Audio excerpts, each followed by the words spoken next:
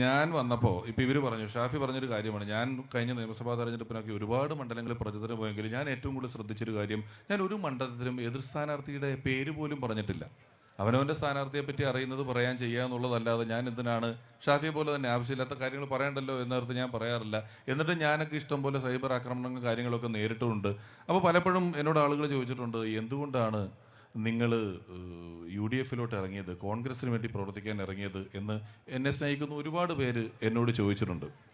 എനിക്ക് തോന്നിയൊരു കാര്യം, ഞാൻ എൻ്റെ മക്കൾക്ക് വേണ്ടി ചെയ്യുന്ന ഏറ്റവും നല്ല കാര്യങ്ങളിൽ ഒന്നായിട്ടാണ് ഇതിനെ കാണുന്നത്. കാരണം ഞാനും നിങ്ങളുമൊക്കെ ജനിച്ചു വളർന്ന സമയത്തെ ഒരു ഇന്ത്യയുണ്ട്. നമ്മൾ തമ്മിലൊരു വേർതിരിവില്ലാതെ സൗഹൃദങ്ങളുണ്ടായിരുന്ന, ചിരിച്ചും കളിച്ചും എല്ലാ ആഘോഷങ്ങളും ഒന്നിച്ച് കൊണ്ടു നടന്നിരുന്ന ഒരു ഇന്ത്യ. അതേ ഇന്ത്യ എൻ്റെ മക്കൾക്കും വളരാനുണ്ടായിരിക്കണം എന്നെനിക്കൊരു വലിയ ആഗ്രഹമുണ്ട്.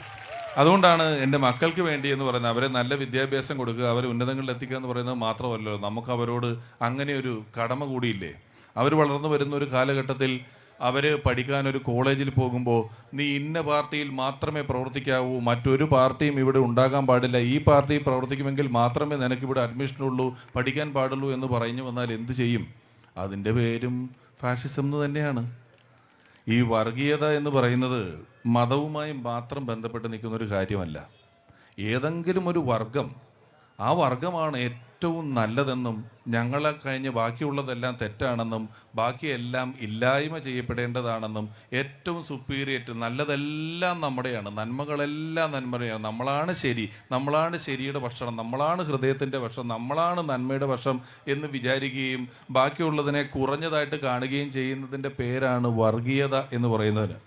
അതിന് മതവുമായിട്ട് മാത്രം ബന്ധമല്ല, രാഷ്ട്രീയവുമായിട്ട് നല്ല ബന്ധമുണ്ട്. അങ്ങനെ വർഗീയമായി ചിന്തിക്കുന്ന ഒരു വലിയ വിഭാഗം ഇവിടെ ഉണ്ടെന്ന് നമുക്കറിയാം. അതുകൊണ്ടാണ് ഞാൻ പറഞ്ഞത് മക്കൾക്ക് വേണ്ടിയാണ് ഞാൻ ഇതിലേക്ക് ഇറങ്ങുന്നത്, നിൽക്കുന്നത് എന്ന്.